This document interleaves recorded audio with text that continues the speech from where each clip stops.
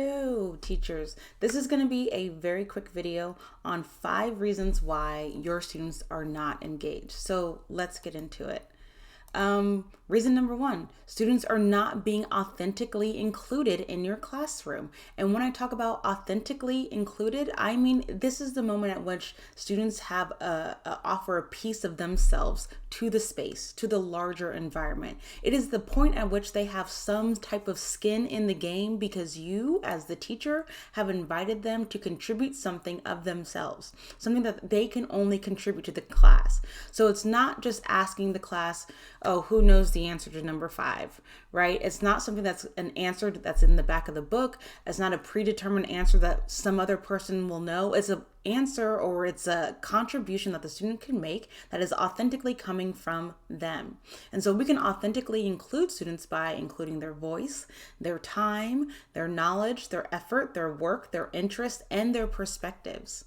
Number 2, no student autonomy. Right? We give students no choice, no ownership, no ways to self-initiate tasks, or essentially no opportunities to buy in, and we expect them to be engaged. Make that make sense for me. It's ridiculous. You give students some freedom in how they decide to demonstrate their knowledge to you. Allow them to make choices over things like what they're going to be doing, how they're going to do it, maybe who they do it with, and what time frame they need to do it in. Number 3, no creativity required. I want you guys to think, do we allow students the space to think differently?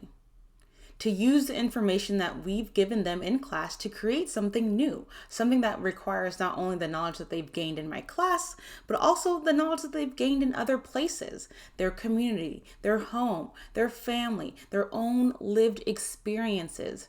Creativity is fostered by diverse inputs, so diversifying the content, diversifying the modes of learning, thinking time. Do we have time for ideation, time for reflection, space for experimentation, authentically being able to apply the knowledge that I learned, that I've gained in class, right? And then also the space for pre-existing knowledge to be activated, to emerge. Don't make your assignments or the tasks so rigid or so constrained that students have no room to bring forth their own wisdom, because our rubrics and our assessments are so precise, so particular, that they end up being too micromanaging, too restrictive, and our students aren't even allowed to be creative because of the guidelines that we want to receive the information in. And a good way to measure creativity in your classroom is, how creative were you in devising the assignment? How creative is the assignment? Will sometimes dictate, a lot of times dictate, how creative the students can be in their response to that assignment. Number 4, the work is just for a grade. So we bank too much on extrinsic motivation in schools. This is a do this and you'll get that type of reward system, and it's consistently coming up short.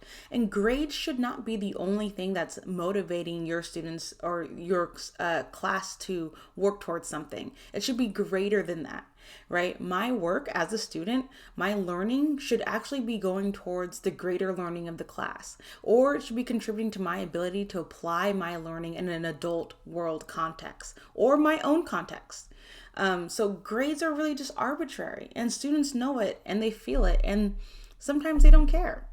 And so you need to make the work be meaningful. Have it not just measure just for the grade, but also measure impact, effort, growth, so that the work I do as a student can be more than just my teacher's acknowledgement of me doing it, and or not, right? And so also another part of that is that the work that I'm doing should not just be for the teacher's eyes. It should not just be contained for the teacher. It should be contributing to something larger, right? And this also ties back to authentic inclusion. And then finally, number 5 is that the work is not relatable or relevant. Your students may not be engaged because the work you assign or the work that you teach is not relatable. and it's not relevant. We as teachers need to be making connections in the classroom, the connections between the material I'm learning in my classroom and to my own life. The real world around me should be evident. Relatable, relevant work is current, meaning it's timely, it's personal, it's accessible, and it's applicable. All right, that's all the time I have. Those are your 5 tips. Go forth, prosper, and do great things.